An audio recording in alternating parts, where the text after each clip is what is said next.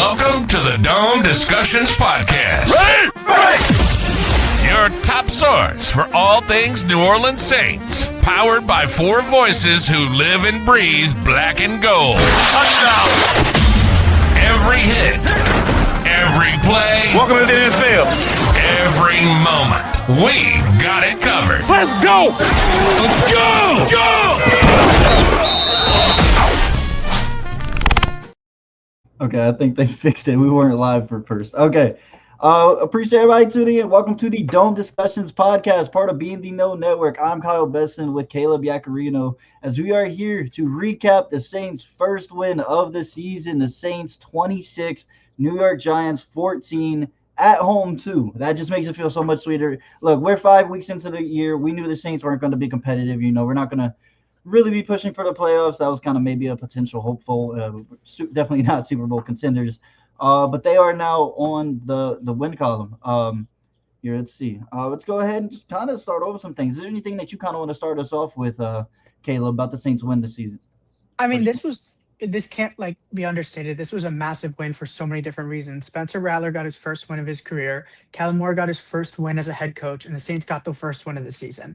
I mean, there's so many times this season where the Saints were one score away from changing the game, and they could have won the games, except the Seahawks matchup. But this just felt perfect for what this team needed. The Saints came into this game as the favorites, and I didn't think they were going to win. And this is not how I thought the game was even going to go. I thought it was going to be very much a rushing game, both run defense struggling, a very fast game. But Spencer Rattler was probably my MVP. I mean, besides obviously all the defense, but the MVP of the offense. He was making play after play, felt confident in the pocket. The offensive line didn't give up a sack against this amazing pass rush. And with the run game struggling also, Spencer Rattler really had to make the plays for this team. He looked confident, as I said, and that deep throw to Rashid Shaheed was just amazing. Yeah, I actually want to bring up the running game because the Giants, I think they have, if not the second, the third worst rushing defense in the league. And the Saints ran the ball 30 times, 88 yards on 30 attempts, only 2.9 yards a carry. That's rough, but the Saints were able to find a way to win when they couldn't run the ball. You would have thought, running the ball was the Saints' path to victory. I think when I did my key matchups this week, I talked about the Saints running the ball being their path to victory. Get Alvin Kamara going, get Kendre Miller going, which I want to talk about Kendre Miller and Alvin Kamara because Kendre Miller, 10 carries, Alvin Kamara, 8. Look, they have finally found an even way to get both of these guys the ball. The official stats is Kendre ran the ball 10 times for 41 yards, averaging 4.1 yards a carry. Alvin Kamara was 8 carries, 27 yards, 3.4 yards a carry. Look, I'm not going to make anything about Kendre having more carries. A lot of them came to ice the game at the end, right? Really, 18 carries between the two guys is pretty low for what you would have expected. But they found a way to balance their guys, get both guys the ball, healthy legs out there, because that's what we want to see. These guys are they complement each other very well. We wanted to see Kendre Miller get more touches. He's finally getting those touches, and he's making a lot with them. I mean, we see this guy bouncing off tackles, making things when there's nothing there. That's what we want to see. Now, the Saints couldn't run the ball this week. That doesn't mean they won't be able to run the ball next week as very well. I'm just glad that Kendre Miller is finally getting the ball. And you kind of hinted towards it, and I think we should just talk about it.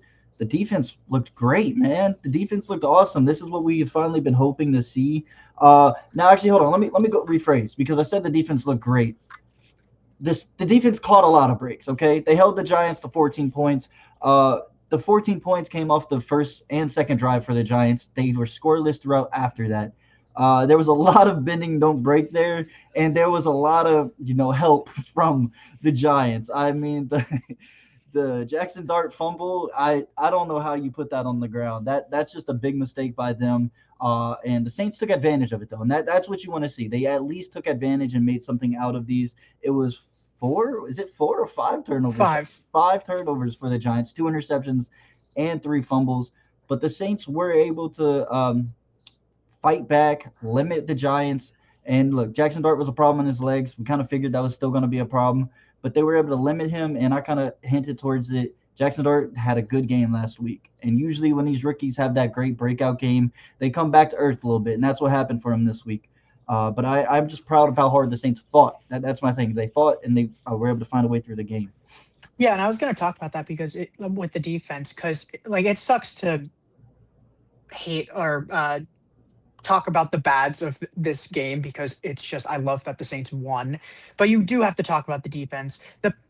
The pass defense was way better this game. Like I know Cooley McKinstry was getting thrown out a little bit and having wide open receivers against him, struggling against the tight ends, but overall it just felt like a much better performance than what we've seen in the past 4 weeks before this. The pass rush is definitely a massive issue. Jackson Dart had years in the pocket. He could have made the Cam Ward meme again and just stood there still and throw the ball. Like he ran. There's one play Jackson Dart ran up the middle for some reason and he got stopped at the line of scrimmage, but he could have just stood there and thrown the ball. Like it's a big issue, and that's with Chase Young being out. That's with the Saints not having depth in that area. That's a massive issue, and the run defense is a part of that also. At one point, I felt like Danny Stutzman should have been in the game because if you're already going to have two linebackers that have been struggling against the pass, might as well have Danny Stutzman in there who could really change the run game of the Giants. But again, as you said, it really felt like even when the Saints had these breaks, they were able to capitalize on it, which bad teams are not able to capitalize on these breaks. So that's definitely a massive positive in this game, but also you have to understand if the Giants are a better team, I'm not sure the Saints win this game because I'm not sure they get those stops. Jackson Dart is known to be bad under pressure, and that's kind of what we saw. Still, I know the turnovers were massive, but my MVP of this game is on the offense. I feel like the offense, Kellen Moore's play calling, and there were sometimes his play calling wasn't great. Again, the red zone's an issue, but the offense just really felt comfortable against a decent Giants defense. Like this isn't a bad defense, right? That they played. And I saw another thing where I think people are mad that Kellen Moore didn't go for it when the Saints were on their own 30-yard line in the fourth quarter. And Taysom Hill just tripped on the 3rd and 1. I get it. You want to close the game out. You're an 0-4 team, but that's the riskiest thing you could do. I mean, they did it against the Seahawks, and that was a massive mistake. I just don't think that would have been the best decision. And then Kellen Moore decided to go for it on 4th and 5, which was insane. But at least that was in the Giants' part of the field, and it was a great play call. So I think this was just an overall good game by the whole team. Yeah, and I kind of want to revisit something you said because this has to be said. You were talking about the pass rush, and the first thing that blinks in my head, right? The Saints had 1 sack. They should have had 2 sacks. Call on Carl Granderson. That was horrible. That was a terrible. Carl Granderson didn't put his body weight on him. Didn't go down. Didn't hit him high. He put his hands up as soon as going to the ground. They reminded me so much, and I don't know if you're gonna remember. And I tweeted it out when they really changed the pass or this QB sack rules, and you couldn't drive them down to the field. Clay Matthews got 6 penalties called on him in a row. Yeah. Because he was doing all different things to not let that happen, but they just kept calling it. That's what it felt like, where it was just what can I do different to change that? There was nothing Carl Grant. It was the Giants' fault for giving up a free rusher. What else are you supposed to do? It was so confused. And I love that Kellen Moore was livid on the sideline. He was yelling. And I know that's another criticism that people have had, he doesn't show enough emotion. But that was, hey, that was enough emotion that I've seen. That was good. Yeah, and deservingly too. That was a bad call. That was a sack right there. Look, and it didn't affect the game. It doesn't change the turnout now. But you criticize these things whenever they happen because it could change the turnout of a game or something like that. So it's not like we just pass over this because it didn't really matter, right? I have to do my ups and downs piece later. That might be a downs. It's just the inconsistency with thing. And this kind of goes back, and again, has nothing to do with this week. Kind of goes back to the Saints trying to do the tush push. And the tush push isn't being called the same way for the Saints as it is for the Eagles. It's things like that where maybe it doesn't affect the game now, but it can affect the game in the future. And that's why you criticize these things and you make a comment on them. Because who knows if Carl Granderson, the Saints were the Saints were up by 6 this game. And that Carl Granderson sacked kept a drive alive for the Giants. It's things like this that you can't keep having these happen in the league. And I'm sure there's going to be comments about it from the Saints players later that eventually get them fined because it is a problem where if these things keep going untreated or uncontested, that it becomes a bigger problem. But let's kind of skip over it now, right? The Saints got a win. Let's be in our feel-good moment, and let's talk about another guy who is coming out and showing, and that's Jonas Sinker again, continuously to play good. Look, I wasn't here to talk about him last week, and I was upset about it. I wasn't for the, I wasn't here for the recap episode on the Bills. I didn't get to talk about it. I want to talk about Jonas Sinker because there's a lot of things. I really liked him coming out, and one of the things that we said is this guy's a really good, strong tackling defensive back. He's secure in his tackles.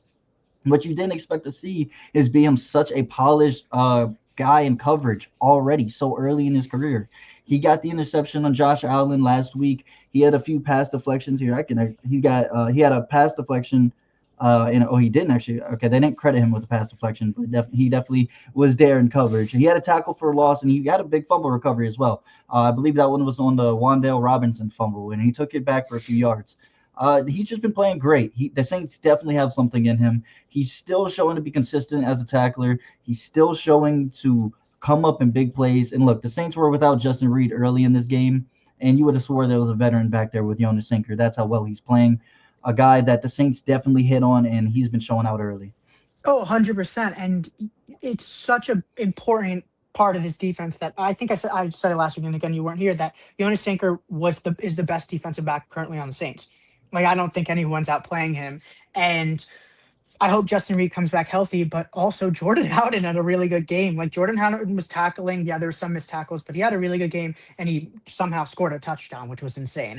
And even talking about the cornerback room, like, I don't have the numbers in front of me, but it felt like tackles were being like they were actually tackling. Like Alontae Taylor had some massive tackles in this game. I know Jonas Sinker missed some, but he was tackling. Kool-Aid was tackling. He felt like it's almost feeling like the tackling is a momentum thing now. Like, it feels like when the Saints do not have the momentum on defense, they're missing tackles. But as you just saw with this game, they are just tackling everyone. And I don't know if that's a mentality thing. Again, I don't know if that's a practice thing, but it really felt like all the tackles were being secured in this game. And then going back to the defensive line, like, Brian Brzee had a massive game. I think just if he's going to have one game, you see the Giants on the schedule, Brian Brzee is going to have a good game because he had the fumble against Cam Scatterbo. He had the pass deflection on Jackson when Jackson Dart threw it to the side. And then he almost had a sack when he completely beat the offensive lineman. He was honestly the best defensive lineman in pass rush this game. So, yeah, there's still the issues with the against the run game. Like, it's going to be an issue. But, again, you see the highs of Brian Brzee, and it's just you see such a vital part to the future of this defensive line. Yeah, and I was going to do it, and I forgot. Remember when we were doing our preview episode, we were doing our bold predictions. I said I had one, but I completely forgot what it was. That's what it was. I thought Brian Brzee was going to come out with a sack or two, right? He didn't end up taking down Jackson Dart, but he definitely had an impact on the game. Another player I kind of want to highlight is Chris Olave, and I'm going to do this every week because they are still trying to get Chris Olave the ball, and it's not always going to be the most efficient way. He had 11 targets this week, 7 receptions for 59 yards, right? So he's averaging less than 10 yards a reception, and, that's kind of a weaker number, right? 7 receptions, you're hoping to be around at least 80 or so yards. But he's also protecting his body in one way. It's something I've seen. He's catching these balls, and he's going down, especially when he's anticipating a hit, which is something you want to see from him. A guy who's obviously dealt with injuries throughout his career. Look, I still think eventually the Saints will get Chris Olave going. He'll eventually get his 100-yard game, and he'll have more than he'll have more than whatever his yards per catch is right now, right? We'll hopefully get him started. But he's also winning his routes, and he's getting open and being an outlet and more of a safety blanket at this point for Spencer Rattler. So it's not so much that he's refusing to get open. It's just there's not too much separation after the ball. He's not going too much past the hashes. Another guy I want to highlight for the opposite reason is Blake Grupe. Look, Blake Grupe, it's the hard discussion. We're 5 games in. He has 5 misses this season. Yeah, look, he missed a 53-yarder, and you're not going to, sit there and tear him down missing a 53-yarder. It's not the biggest thing in the world, but he immediately responded. Not immediately responded, but he could have really iced the game at the end, and he went ahead and missed, I believe it was around a 43 to 46-yarder, right? Blake Grupe is struggling. He's missed in 4 out of 5 games this season, 5 total misses on the season. The Saints have to elevate Charlie Smith. You don't have to cut Blake Grupe. That doesn't have to be the case. I know a lot of people would, and, I'm not saying I agree or disagree with the move, but you got to bring in some competition for him right now. I mean, look, he won in camp in a landslide. It wasn't close, right? 100% I understood the decision. He was balling in camp. He was balling in preseason. But he's not doing that now, right? Preseason doesn't always correlate to what's going to happen in regular season. He's struggling right now. The Saints need to bring in some competition at the minimum because Blake Grupe is not playing good right now, and it didn't cost the Saints this week, but it can and has cost them in the past. I mean, this game should have been 32-14. That's right. It was 26-14 final score. Yeah. It was 26, so it should have been 32-14. Like these were, and again, I know we're saying that like 52 yards, you have some leeway, but kickers are scoring 68 yarders now. Like it's one of those things that if you miss every, like if you miss every game, I'd rather take a risk on another kicker. And I know Blake Grupe is a captain, so it's going to be a little bit more difficult, but these are the tough conversations you're going to have if you're trying to turn around a bad start to the season. If you're trying to continue on a win, like, yes, also Blake Grupe had a tackle, which was insane on the kick return. He spun like a Beyblade. I think someone said he spun like a Beyblade. He was flying on the sideline, but I respect it. But yeah, I respect it. But I just think those tough conversations definitely have to start. And I don't know if it's Charlie Smith or it's another kicker they bring in. And again, I know that we just saw from the Falcons, they had a kicker and then it brought another kicker in and then it didn't work out. I know he's still the starter, but it's kind of a risky move just in the middle of the season. But why not? If it's already not great, might as well do it. These are the type of things you just want to do. And then, I mean, yeah, that was like the most negative thing on special teams. But I do want to go back to the positive because I want to keep talking positive and focus on Spencer Rattler again, because I think we're seeing some development here, which is wonderful to see. I forget if I said it on the recap for the Bills game. But this feels like not the first time. It really feels like Spencer Rattler's accuracy is finally getting there. There's misses. There's still misses. There's a throw behind Juwan Johnson. There's a throw behind Vele and he caught it. There's still misses. He's definitely not good. But like Spencer Rattler was hitting Chris Olave in stride, hitting Rashid Shaheed in stride. These were really good passes. There was one that was a perfect pass to Cooks. I think it was like a 6-yard gain, but like it really feels like the accuracy is now finally getting better. And again, it's not perfect. I'm not even going to say it's good, but it's still better. And again, this was the first game Spencer Rattler didn't have that one big miss. Finally, every game we feel like Spencer Rattler had that one big miss. I really don't think he had that miss here. And when the Giants had clamps on the Saints wide receivers and the running game wasn't working at the beginning of the game, Spencer Rattler was still throwing down the field. He was throwing confident passes. Yes, there was one that was a pass interference. I don't know if it was going to end up in that interception, but he was throwing down the field. He just felt more confident in this game. And it really feels like the Saints are building upon these two performances, and next game could be even better. And they're against the Patriots, I'm pretty sure, which is another winnable game. There's a real chance the Saints come out of this 2-4. Yeah, and look, I want to talk about Spencer Rattler because I said it during the preseason. I'm like, I don't hate the decision to start Spencer Rattler. Obviously, he was the better quarterback in the preseason to me. They were very tight, but he was the better quarterback. And like he's more of a decisive guy. He's more decisive. He's going to make his mind right. And look, if he's the future of the Saints or not, I don't know. I'm not here to make that decision. I've said it all through preseason. I'm glad that that's not my decision to make. But he's playing well. And is he fully playing to the point where you say, okay, this is his job? No, right? He's still got to keep playing better and showing and putting up better performances. But I like the Rashid Shaheed throw. Right? That was the first time that we really got to see that. We've been waiting on that. I think everybody's been waiting, biting your nails to see when they get this play action deep shot to Shaheed. We finally got it, and that feels like a big momentum boost for the whole team. Actually, I believe that was the momentum boost. That was when the Saints started to really pull away, was that Shaheed touchdown. And it just took them one play. They finally went out, took the shot, and I'm ecstatic to see it.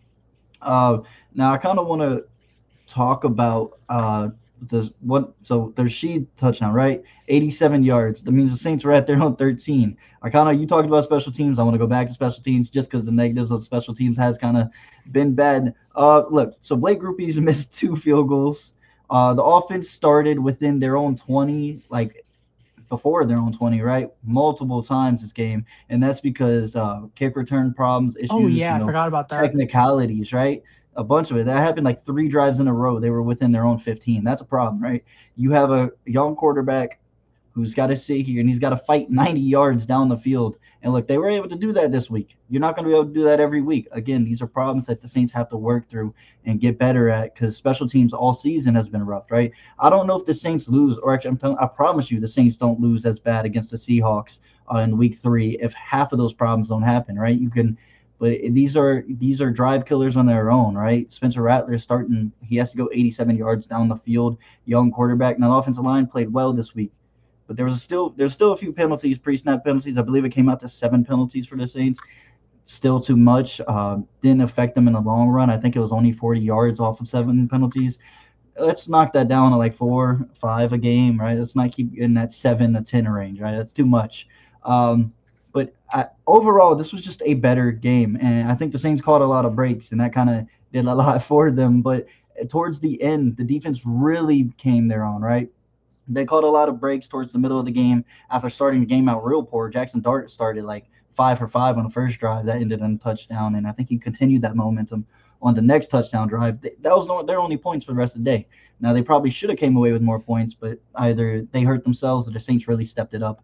And you were talking about Kool-Aid McSherry. I think Kool-Aid McSherry took a big jump today, right? Or maybe not a jump, but he played way better. He was able to redeem it. This is a confidence booster because now Kool-Aid McSherry is going to go into week what are we, 6 now? Week 6 now against the Patriots with a lot of confidence. He's coming off a 2 interception game. One of those interceptions, he probably shouldn't have caught it, right? But he got it. And it was a hell of a play by him, too, because they showed on the broadcast he traveled to go make that play. And that's something that you want to see. That's a veteran move. He didn't just sit there and stay and watch. He went and he made himself involved in a play. And yeah, he probably shouldn't catch that interception. He'd probably let it just be a 4th down stop, but he got the interception, and it was a big play by him, and it's going to be a confident booster going forward. Yeah, and there was one play like, and it honestly is more important to me than the 2 interceptions because, yeah, the first interception it was an amazing play, but probably should have hit it down. And then the second interception, Bo Collins just straight up stopped running the route, and it was just Yeah. like it was just a weird play. My favorite play from him was near the end of the game. I think on the last Giants drive, they threw it up to Theo Johnson, and Kool-Aid completely stopped that from happening. Yep. I don't know if Kool-Aid makes that play before this week or before those 2 interceptions, honestly. Like, it did feel like, okay, this was the Kool-Aid McKinstry we saw against the Cowboys last year, where it was just that as a confident young corner making play after play, which is if Kool-Aid has his confidence back and he starts truly playing like that number one cornerback, I feel better about that part of the defense. Once again, the pass defense, in my opinion, was decent in this game, and they've been a source of pain the first couple weeks because of that. Um, but finally, I feel like they're getting their groove. It just with the defense, I think it just again goes down to the defensive line, and maybe after this win, now Chase Young can return. Like now, this is the Chase Young game next week because I that would think we be said that. I think we've said that every week. we said that a lot, but like just when Chase Young comes back, that it's because I've said so many times, and now the Saints are not in place to draft Ruben Bain, which is sad, but it's okay. Like this, if I had to say, oh, the Saint like last year the Saints went in the draft, it was kind of they could draft anyone. No, it's an edge rusher. Like it's only an edge rusher. I don't see any other position. It's an edge rusher, and it's one of those things. Like if you're doing any mock draft, look at edge rush prospects. That's what you're going to need to do because it is the most glaring issue with this team. And when Chase Young returns, yeah, it's going to be better. But if it's already like this to begin with, Chase Young's going to alleviate it, but it's not going to be great. I feel way better about the future adding another edge rusher. And like, I hope Chase Young returns soon because I truly think the Saints can win around 5, 6 games if that defensive line just gets things together with how Spencer Rattler's playing right now and how this offensive line did against the Giants' amazing pass rush. Like once again, I don't know how they did not let up a sack. And again, it was because of Spencer Rattler also. He ran away from like 3 different potential sacks and made massive plays. But still, it was a 0. That's I don't. I would have if that. I couldn't even made that my bold prediction. Like I would have never thought that. Wait, didn't I say that? Wasn't that I don't. crazy? Wait, I did. I said that in my Someone bold said zero prediction. sacks. It was Someone me, said and zero then I sacks. went back on it and I said, let's say like one or two. I forgot about that. I'm a prophet. Hold on, I forgot all about that. You got pressure to change that. Me and Drew gave you looks. I got peer pressure to say when I said the Saints give up no sacks this week, you guys all looked at me and called me crazy. So I changed it. You know what? I'm giving myself a pat on the back. It was a total guess because I forgot what I really wanted to say then. But I do want to go back to the pass rush conversation because we're talking about Chase Young coming back and how that would hopefully uh, elevate the Saints to pass rush. Look, I've seen Cameron Jordan in coverage a little too many times than I like, manning up Cam Scatterbo.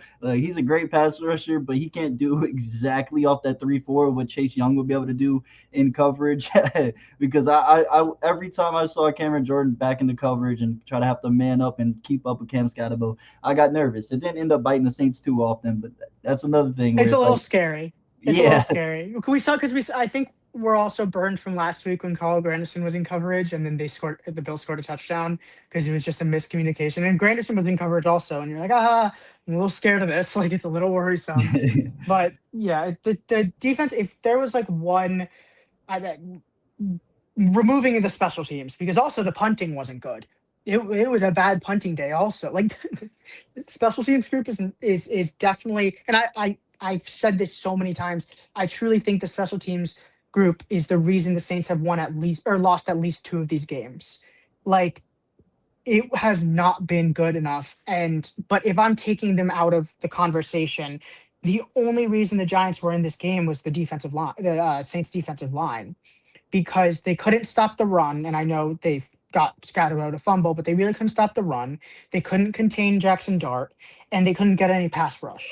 It was definitely just. I need you to consider. It's just definitely like everything going at once that it's a recipe for disaster because we saw it last year and it's the reason the Saints lost some games last year. So I just think that it's going to be something the Saints go into the offseason as the biggest focus, which is kind of hilarious because fixing the run defense and fixing the trenches were a focus of Kellen Moore going into this season and going into the offseason when he was hired. And I truly think they were able to do it on the offensive line. There's still improvements that need to be made, but if they did it on the offensive line last year, I have zero doubt they are drafting an edge rusher or defensive tackle because Peter was very good in the next draft. Yeah, and I wanted to talk about the run because I actually looked at the base numbers at first and I was like, yeah, the Saints kind of got rough on run defense again. And look, the Giants came away with 136 rushing yards, averaging 4.7 yards a carry. It's like, yeah, that's kind of rough. But look, Jackson Dart was the most of that. So you see, Cam Scatterbo averaged under 4 yards a carry. Devin Singletary averaged under 4 yards a carry. It was 3.9 for Scatterbo and 3.3 for Devin Singletary. It's really Jackson Dart who averaged nearly 8 yards a carry. That's a problem. And this has been a problem for the Saints for years, right? You can switch defensive coordinators. You can switch everything. It has continued to be a problem for the Saints. It was a few times I was looking at the screen. I'm like, why are we not putting a spy on there yet, right? Like, it was a problem early. He only ended up with 7 carries for 55 yards. 55 yards is rough. He only ran the ball 7 times, and the Saints actually did get a little bit better. It was still defensive line that kind of picked it up towards the end. But most of the run game for the Giants did come from Jackson Dart, and they weren't really as efficient when running with their running backs. So you kind of give the defensive line a little bit of leeway there. Be like, you know what? They kind of picked it up. It wasn't as bad. Now, you look at the win and you're like, did the Saints win the game or did the Giants lose? That's always a dumb conversation that you have to have. But it is true, right? The Giants kind of got in their own way a bit. I mean, again, I'm going to talk about the Jackson Dart fumble because that was ridiculous. But it was horrible. Look, that when you look past that, the Saints players made plays, and that's where you look at it, right? The Jackson Dart fumble, absolutely terrible, goofy, right? But outside of that, Demario Davis forced the fumble on Wan'Dale Robinson. He made the play. Brian Brzee made a play on Cam Scatterbo. Kool-Aid McKinstry made the play, ran all the way across the field for that interception. He made that turnover. And then when the tight end stopped, or his wide receiver actually stopped running his route, Kool-Aid was still on that, right? If he runs that route, Kool-Aid probably stops him short of the lines anyways. He made a play. So there's going to be the conversation of, did the Giants hurt themselves? And maybe they did, but the Saints players made plays and they stepped up, and that's when you look at what a good team is, right? You look at first they protected themselves. They didn't make mistakes. They are still the better team in the sense of they didn't make their own mistakes. And then their players stepped up and made plays. So I know there's going to be a conversation later or some. And yes, Jackson Dart did simply throw the ball on the ground himself. I don't know what that was. That was pretty momentum changing in itself. But the Saints players stepped up and made plays, and you got to give credit where credit's due. They did what they had to do to get the win. Yeah, and we talked about it, but the Saints also took advantage of those plays made and they scored. It ended up in field goals, not really touchdowns as much, but they did take advantage of it. They did score. Again, with that conversation, in my opinion, it's also if bad teams do not take advantage of those turnovers. I mean, in the Dennis Allen era, it felt like the Saints made a massive play on defense, then the offense couldn't do anything. And they ended up punting it. So I think when you obviously those teams had better records besides last year. But this year it feels like they're taking advantage of those plays when they are made, which is all you want from the offense. The defense makes plays. Even when they are struggling, the offense needs to take advantage of those plays. Yeah, I just looked at my side here. The Saints forced 5 straight turnovers. I didn't know it was 5 straight. It started with let's see, who was the fumble? Is this the who fumbled first? Okay. I think Wanda Uh, Robinson fumbled, or was it Darius Slayton? I'm looking. It was Darius. So the Darius Slayton fumble started the spew of fumbles. Right, it went Darius Slayton. I believe it was then the Jackson Dart fumble, and then the Cam Scatable fumble, and then interception. And it was 5 straight turnovers forced by the Saints defense. And even towards the end of the game, it leads to a 6th turnover because those turnover and downs. Right. So I mean, look, the Saints defense stepped up. Again, I said this is like, yes, there's a few problems, and the first 2 drives did not look good, but they stepped up. And this team is fighting. Look, they fought against the Bills. They fought week 1. They fought week 2. Even in week 3, when they lost, I can't even remember the score. They lost by over 30 points, right?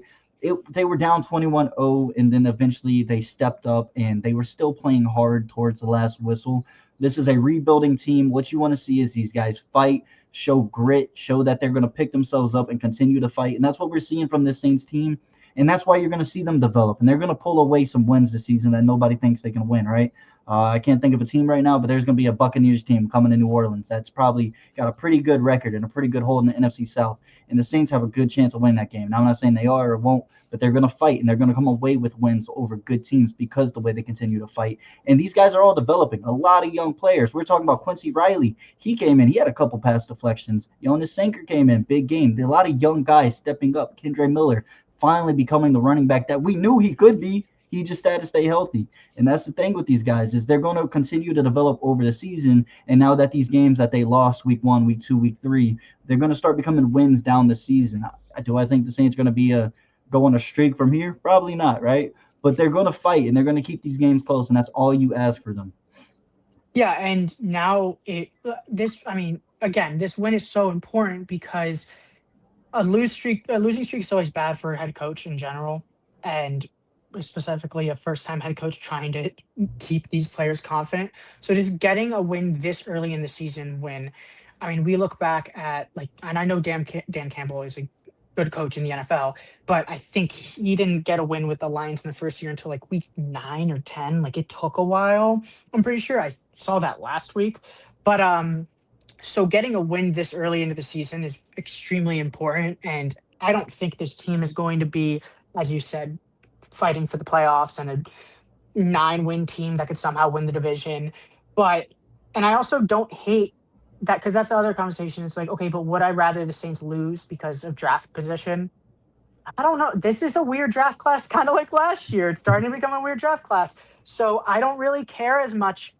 I want the head coach to be confident going into next year. I want the players that are still on the team going into next year be confident about going into next year. Even how bad it is going to be this season, they still have confidence because that's all you're going to want to see. If there's one thing you come away from this season with Kellen Moore, if he can keep this team together, fighting for every game, that is the biggest win you want from a first-time head coach and the youngest coach in the NFL. And that kind of goes to one thing you were talking about earlier. You were talking about how everybody's rallying to the ball when a ball carrier. The defense is playing fast and hard. And there's time, like I said, early in the game, you're down. I think it was 14-3 at one point because they had the two touchdowns. Saints responded with a field goal. Right? That's pretty momentum killing right there. But they stayed ready. They stayed prepared, and they rallied all the way back. The Saints won 26-14. 23 unanswered points for the Saints. 23 unanswered points for the Saints. They limited the Giants from their first two scoring drives. No points after that, right? They played hard. They didn't think, oh, it's 14-3, it's over. Obviously, no team in NFL is going to do that, but they kept the spirit in there and they stayed, right? They were down 21-0 to the Seahawks week 3. It was terrible. It was ugly, and it looked like they quit. And, look, some people will say some players did quit on that game, right? But you still saw Demario Davis playing hard. You saw Quincy Riley forced a fumble, and they're down by 30 at this point, and the team's celebrating together. That these guys are going to play hard, and they're going to continue to fight. And look, I'm not saying the Saints are going to come out and win 7 games this season, right? That 7 games right now seems pretty like a difficult goal. But if they continue to play and develop, and these young guys stay confident in a game like, again, Kool-Aid McKinstry, where he's had some troubling games, he was rough, but he's coming out with 2 interceptions now. Does this bring momentum into going to next week? Look, momentum's a really big thing in football. And it's mostly for these guys' confidence. They got to stay confident. They got to try things. They got to trust themselves. And that's what a game like this is going to do for these guys, because they fought and they stayed in it. And Kool-Aid McKinstry had a good game. Jonas Sinker had a good game. Kendre Miller showed glimpses of promise. And look, we haven't talked much about Spencer Rattler. I think Spencer Rattler had a good game too. I know you did. I didn't really say much about Spencer Rattler. He looked solid. I think most of his yards for the game came off the 87 Rashid Shaheed touchdown, but that's a play that he made, that the offense set up, and Kellen Moore had the confidence in him to take that shot, and he finally had the confidence in himself to take that shot, and it was a big play. It was momentum changing, and I enjoy watching this team. Despite the week 3 game, okay, maybe not that one. Every other game, I have watched this team fight and stay close, and it's been entertaining games against Buffalo, against Arizona, against the 49ers, and now again your first one against the Giants. They have stayed and they've competed, and it's entertaining games to watch. This isn't the Saints last year where these games were not fun to watch. It was boring. You weren't hoping for much because that team last year had to make the playoffs. They didn't have a lot of young guys to sit there and watch and hope they develop. They have that now, and we're getting to see these glimpses of promise, this hope, and this is a lot of promise to go see next season. How they still got a lot of games to go this season, right? You still got 12 more games to go this season. So, look, we're watching this team for another 12 games. There's a lot that can happen in 12 games. And I'm hoping the Saints do make it competitive. I don't care about draft picks. I'll be honest with you. I am not somebody that's going to say, oh, I hope the Saints go 0-12 from this point forward, or probably 2-10. Hope you beat the Falcons, right? But I'm not somebody that's going to care about that. Draft picks are going to come, but they only come from good scouting. You can have the number 1 overall pick, and you pick a bad player, and then what did that do for you? Absolutely nothing. So I am not one for draft picks. You got to hope your scouting team could come out and pull a draft like they pulled out this year, where you got a lot of guys who are making immediate impact, and then you win games. And now your guys are confident going into next year, and you're competing at a higher level. That's me. I know some people are more for draft picks, but I think the Saints – go and win as many games as you can this season. Keep your guys ready and keep them hyped, and then just do your job as a scouting team and get the proper guys in the building for next year. Yeah, and I completely agree. There might be another Seahawks type game somewhere this season. It's something that just happens. But I really think the Saints are going to fight in every single game. They're going to pick some wins up here and there. And I am more of a draft guy, but I'm in the same ballpark as you. I really don't care about where the Saints draft in this draft as much. Yes, a top pick is amazing, but I've talked about it, the edge rush class so many times. It's getting old, but there's like 7 players that can be drafted in the first round. So I don't care. There's so many needs on this team. If the Saints go a different direction, the Saints go a different direction. But I'd rather the Saints have momentum going into next season, because let's be real, I doubt they're drafting a quarterback. This would be a different conversation if there was a Jaden Daniels, Caleb Williams at the top of the draft, where I'm just like, okay, tank, why are we winning games? That's not this draft. So I'm okay with them winning games, having some momentum, getting more depth pieces. And look, if 2027 is the draft, you get your quarterback, then I don't care about winning in 2026, but that's a different story. And I mean, look, the quarterback might be on the roster, and that's what these conversations go. Because Spencer Rattler is developing right in front of us, right? He had 4 touchdowns all last year, 5 interceptions in 8 games. 7 games, I believe, something like that. Like he's looking way better this year. I believe he has 6 touchdowns in 5 games and the 1 interception. It's something along those lines. Mhm. And he's playing a lot better. And that's again, we're seeing him develop, and he looks like a different quarterback now than he was last year. Last year, completely. And And he's still doing. I was more of a Tyler Shuck guy too. Like I was the resident Tyler Shuck guy going into the season where I was like, why not just start the rookie? I don't get starting Spencer Rattler, but there is zero reason in my mind that the Saints should put in Shuck at this point because first thing, yeah, it's still early in the season, but there is no evidence that Spencer Rattler will be the reason this team loses it maybe 1 game this season, 2 games, but there's no evidence it's going to be a consistent thing. He hasn't been the reason so far. Yes, once again, there is missed throws which are horrible. There are bad things in his tape in his game that it feels like he's starting to fix. And if he keeps work, we saw last year at its worst, Spencer Rattler still developed over the season. We saw Spencer Rattler develop from last season. It looks like we're seeing Spencer Rattler develop his accuracy throughout the season. So I have belief he's going to keep improving. I don't see the ceiling right now. Like I don't see where it's going to stop right now. So I'm not giving. If I'm Kellen Moore, I'm not giving up on that. There's no reason to give up on that. And it sucks because of how good this past draft class is looking like it's going to be and you have Tyler Shuck, the second round pick, not playing, it's a little bit of a stain on that draft class, which sucks. But I still understand why they did it. I understand why they're not playing him, but also Spencer Rattler's playing well enough to not play Tyler Shuck. Yeah, and one of the things, obviously, you talk about Twitter scouts all you want, right? But there has been a lot of praise for him where it's like Tyler Shuck is a starting quarter, and you're seeing a lot of that. But I mean, we could go to someone who you really respect, right? Robert Sala's like a praise for Spencer Rattler was crazy. He's going to be a household name by the end of the year by one of the NFL's most respected NFL defensive coordinators, right? Or defensive minds, at least. That is big praise, and Spencer Rattler is doing things that's impressing NFL scouts and all these guys. He's impressing. He's being impressive, and he's taking care of the ball. He's not putting it in harm's way, like the strip sack. I think it was week 4. Like he's had a couple. I think there was 2 sacks. strip sacks. Yeah, I think even last week there was one. and I think it was fighting for the end of the game. That was kind of over, at least last week, right? Or yeah, okay, but you have to make a play. He probably would have been. It wouldn't have happened in a situation. But I'm not going to do these. But what all these whatevers, right? He had a strip sack a couple times, but he's really not putting the ball in harm's way, and he's doing what he needs to try to win these games. And yes, I'm going to comment on the fact that he's missed a few of these, right? I don't think Spencer Rattler has absolutely run away with the quarterback competition, not at all, because those misses have happened, and because the Saints are 1-4 right now. But he's also not done anything to say, hey, throw Tyler Shuck in. I'm not showing. He's showing development. He's showing a good enough play. Now I'm waiting to see when he takes that step, and he does either take that lead. Because if the Saints end up being 1-8 towards the season, and Spencer Rattler is still here in this awkward area where he's not playing bad enough to be benched, but he's not good enough to win you games, then you see what you have in Tyler Shuck. And I like what you were saying about how this draft class has looked pretty promising. But the Tyler Shuck pick kind of stains it a little bit with him not playing yet. Look, I love the idea of people hate that the Browns took Shadir Sanders and Dalen Gabriel. Look, you throw that dart at the dartboard until you get the right one. The quarterback is the most important position in the NFL, and you need to find your guy one way or another. If it's taking multiple quarterbacks in one draft, if it's grabbing every young quarterback you can, and heck, Hunter Deckers could have been that guy, right? You pick up all of these young quarterbacks and see who can develop into your quarterback. So I don't think the Tyler Shuck pick's bad at all, especially because he hasn't played yet. We don't know what he is, right?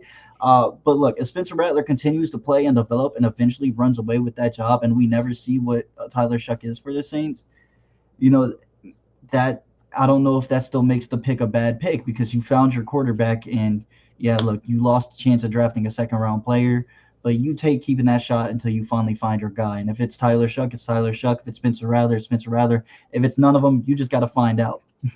And that second round pick could have been Isaiah Foskey. Like we know that they could have just been like a player that, and this scouting staff and this coaching staff, it feels like they know what to do well in the draft. So I will say I wouldn't think it would have been an Isaiah Foskey type player, but it could have been, and that would have been the one bad part of this draft class. And it's going back to the quarterback conversation, it's the same reason why I said, I don't know when I said it in the last episode or the one before, but I said going into next season, that's why I'm against drafting a quarterback once again.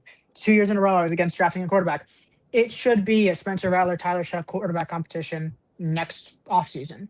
Because if Spencer Rattler doesn't make the improvements that we think he possibly will, then that's when Tyler Shuck conversation starts happening and he shows improvements and you do start him next season and that's what happens. But if Spencer Rattler does make the improvements he needs to make, that is a at least a top 15 quarterback in the NFL, and you'll have an upgraded roster from the draft and free agency. So then you can actually see, okay, this is what we're going to do. And hey, then you have that conversation in 2027. You have that conversation about Chuck. But there is zero reason in my mind that Spencer Rattler should not be benched. Spencer Rattler should not be benched this season in general for me. I don't care what the record is. I think he should play out the season because also it looks really bad if you bench a quarterback giving his all and also not the reason you're losing games. And if this team's around Spencer Rattler, it looks really bad to bench him, even if you're trying to see what you have with Shuck. That's why I think you just kind of go into next season, and that's a whole nother conversation. But Spencer Rattler has shown enough in the first 5 games of the season to let him cook because he's improving. Yeah, look, I don't know if I can fully agree with you on that. Like I said earlier, if he ends up 1-8, 1-9, I do think you eventually see what you have in Tyler Shuck. But if the Saints are, let's say, down the line, they're 4-6 or 3-6 maybe even, or kind of in that mid range where he's losing games, but the path to .500 isn't that far off. I think Spencer Rattler does get to keep developing and showing, and that's if he's playing the same way he is now plus development, right? I'm not saying if he's throwing 2 touchdowns a game, or I'm sorry, 2 interceptions a game, that we're like, well, yeah, let's keep letting him develop, right? There's obviously a way where he could get benched. But if he's simply just playing how he is now and the Saints are eventually 1-9, I do think you see what you have Tyler and Shuck this season, because I think you want an idea before you go into the offseason this time of who your quarterback is going to be next year. You don't want a quarterback competition to roll from one season to another and continue, right? You want to find out who your quarterback is. But I do think we talked enough about the quarterback. I know there's a lot to say about quarterback. And look, I think we're wrapping this up soon. But for what it is, the Saints played great. The Saints played good. Okay, they say the Saints played good. They got lucky a little bit, but the guys made plays. They went out there and they took a win. And they were favorites. They came in as a favorite, so they didn't steal a win this time around. They were expected to win, and they did what they were expected, and that's all you can ask. Now they're going to go in. They're actually going to be home next week against New England, and you're going to have to show that you can learn from your losses. You got to win. Bring that momentum in. Do it again. Drake May, another young quarterback, right?